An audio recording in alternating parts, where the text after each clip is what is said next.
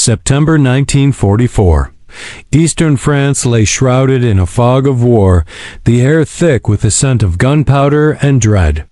On a windswept ridge, an ancient fortress loomed, its stone walls battered but unbroken, relics of forgotten wars and now the last hope for a desperate German garrison. Inside those cold, echoing halls, 1,500 German soldiers waited, commanded by a major whose resolve was harder than the stones beneath his boots. He had sworn with icy conviction that he would never surrender to the Americans. Never. Outside, the ground trembled under the weight of American armor. Patton had brought his Third Army to the very gates, but this was no ordinary stronghold. The fortress was a labyrinth, thick walls, hidden chambers, and overlapping fields of machine gun fire. Every approach was a kill zone. Patton knew that a frontal assault would bleed his men dry, and if Patton knew siege could last for weeks' time, he did not have. The fortress sat at a crucial crossroads.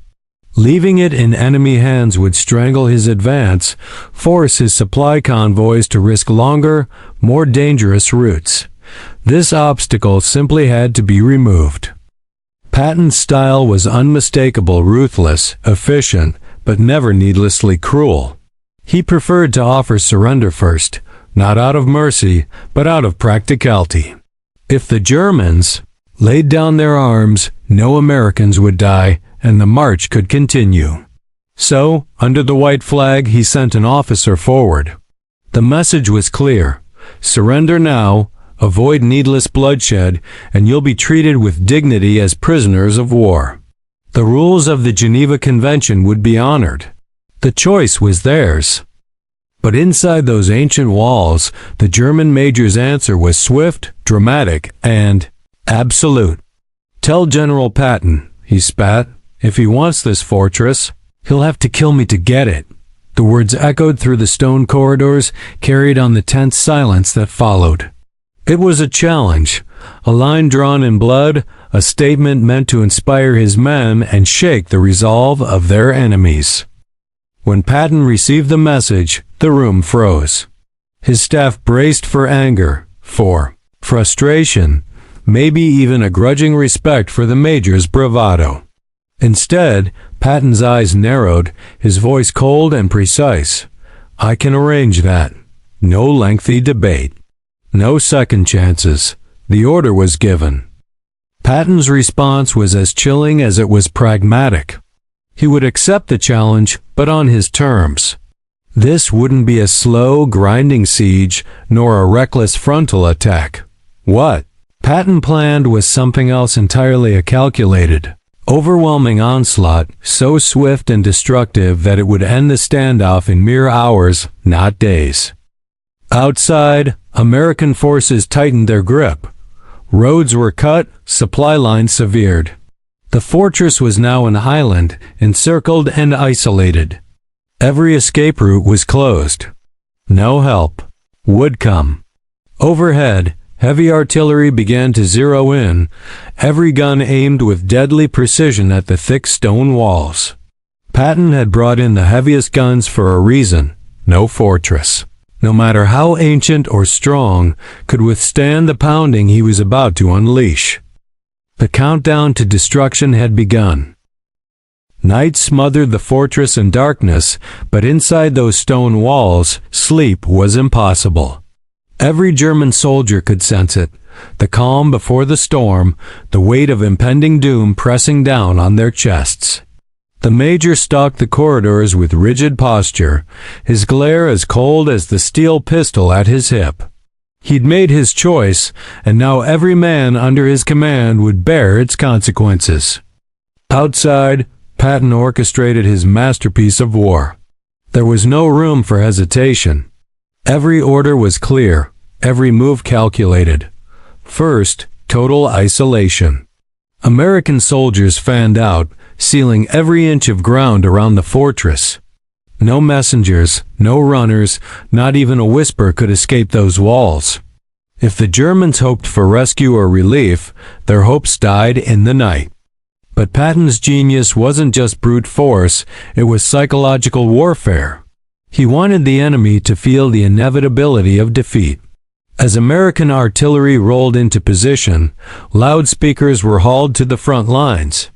The Germans would not be left guessing. Cold, dispassionate voices echoed through the darkness, laying out the schedule of doom. At dawn, the bombardment would begin. After that, air strikes. And finally, the ground assault. Swift, merciless, unstoppable. These weren't empty threats. They were promises. Each minute dragged by, every tick of the clock stretching nerves to the breaking point. Some German soldiers clung to the major's bravado, others whispered doubts in the shadows. The reality was inescapable. They were trapped, and only a miracle could save them.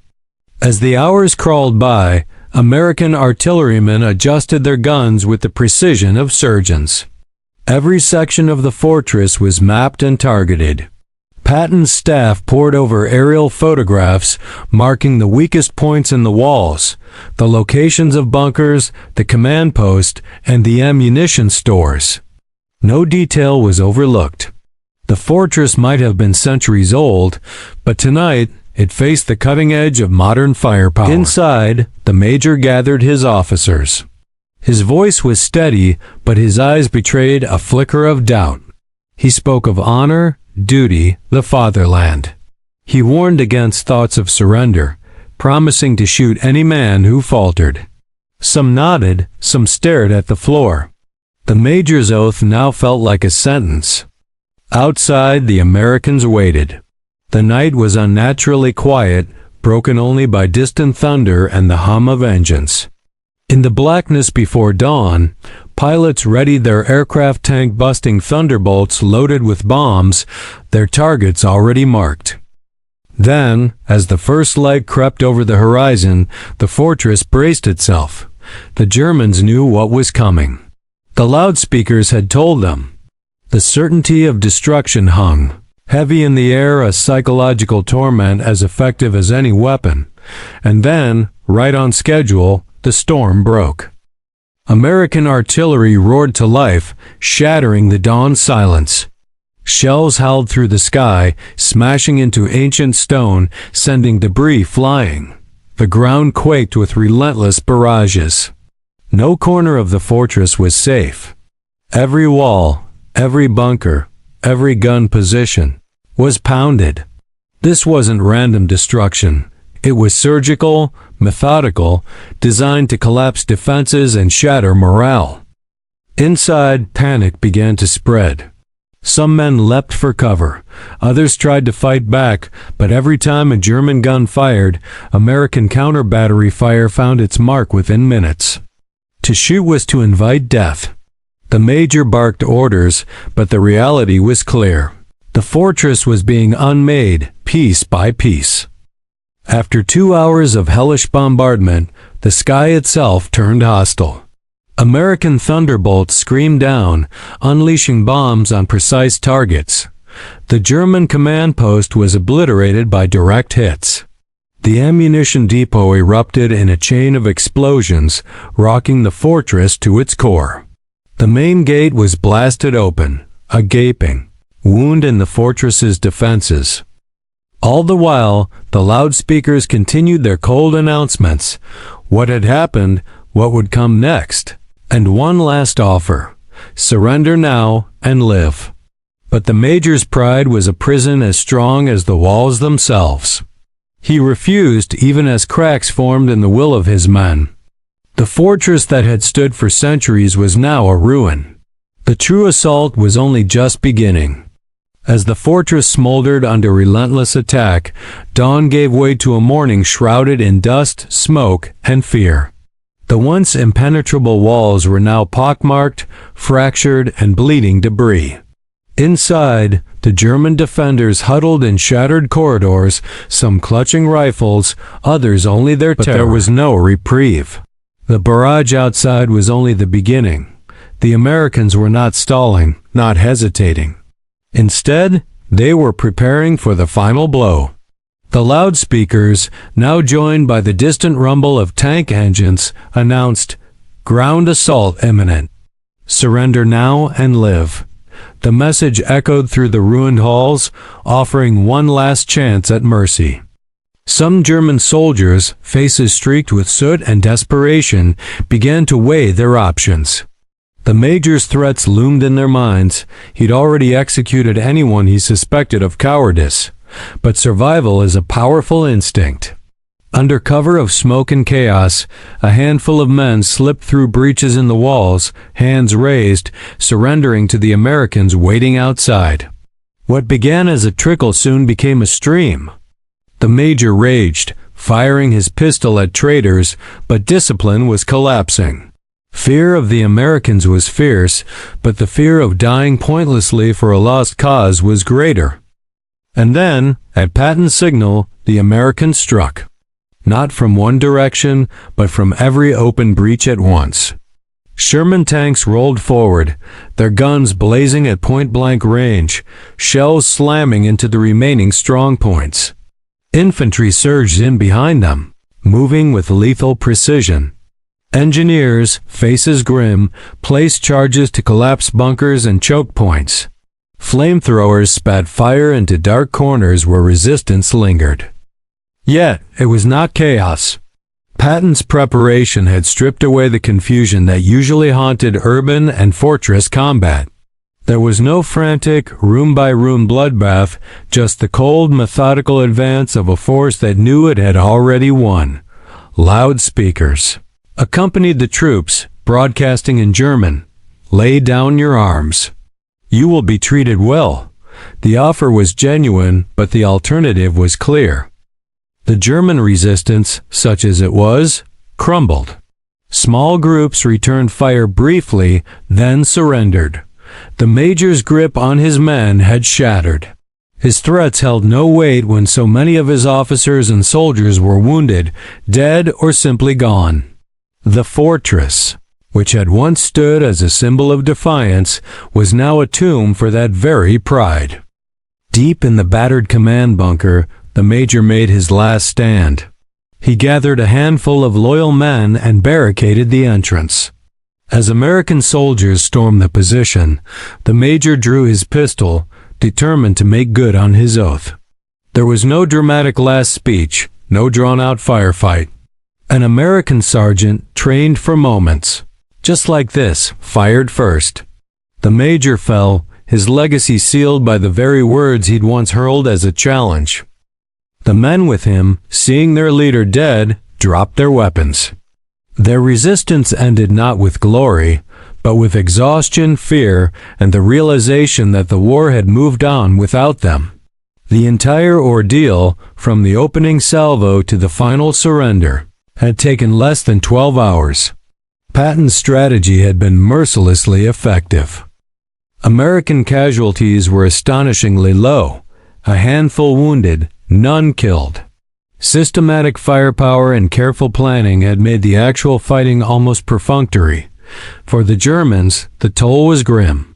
200 dead, 300 wounded, and 1,000 prisoners.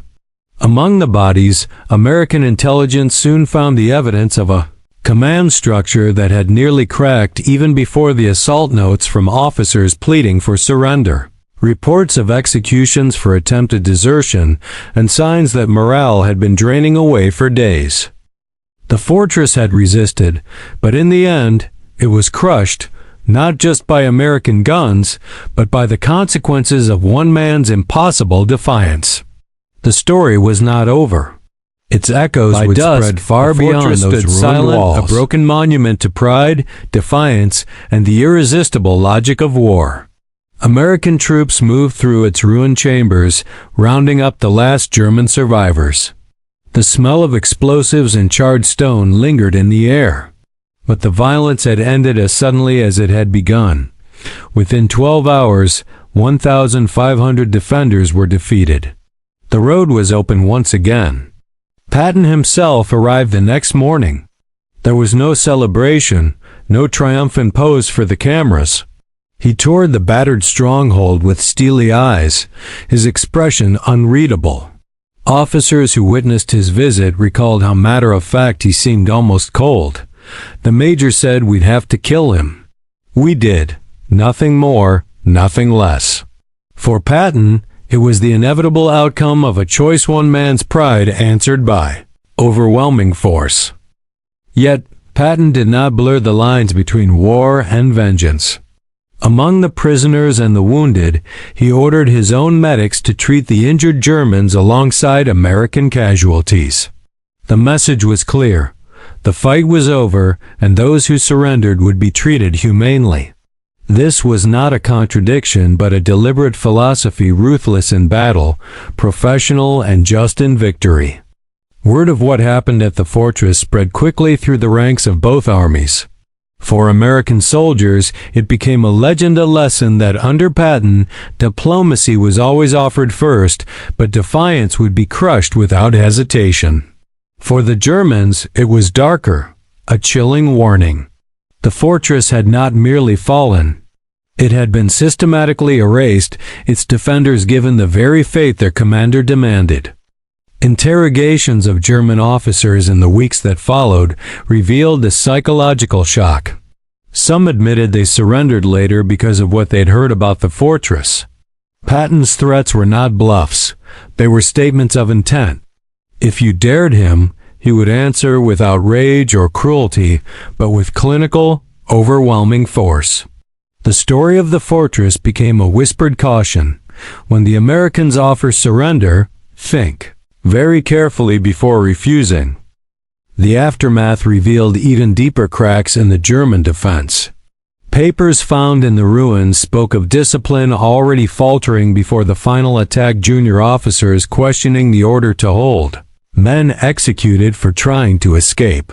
The major's defiance, which he hoped would rally his troops, had instead isolated them, trapping them between a fanatical oath and their own survival instincts. When the end came, it was not with heroic sacrifice, but with futility and despair. For military historians and leaders, the battle left a lasting lesson.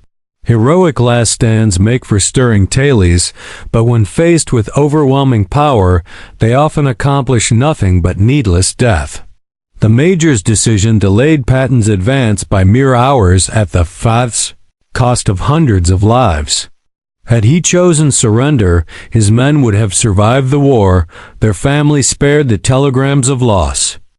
But perhaps the most unnerving legacy was what Patton's approach represented. There was no randomness, no wild brutality, only a predictable, unstoppable response to open defiance. You were free to make your choice, but you would also pay its price. For the Germans, this was in some ways more terrifying than blind savagery. It was logic made lethal. If you ask for death, it will be delivered efficiently, without malice, and without hesitation. As the story echoed through the front lines, German commanders learned to weigh their words with care. Challenges were not deterrents, they were permissions. Patton would not negotiate with pride or bravado, he would simply take them at face value and respond accordingly. The major at the fortress learned that too late. His men paid the price for his pride. Now, as we look back at those ruined walls, we're left with uneasy questions. Was Patton right to take men at their word, to trust that a challenge should be answered literally? Should he have tried harder to convince the major to surrender, or was it a greater mercy to end the fight quickly, with as little suffering as possible? In war, there are often no easy answers, only the choices we make and the consequences they bring. One thing is certain, after the fortress, every defiant commander who faced Patton thought twice before issuing a challenge. With him, words had consequences. And sometimes, the deadliest answer to a threat is simply to say, "I can arrange that." If you found this story thought-provoking and want more about leadership, consequences, and the razor's edge between heroism and tragedy, don't forget to subscribe. Until next time, remember, the choices you make may echo longer than you imagine.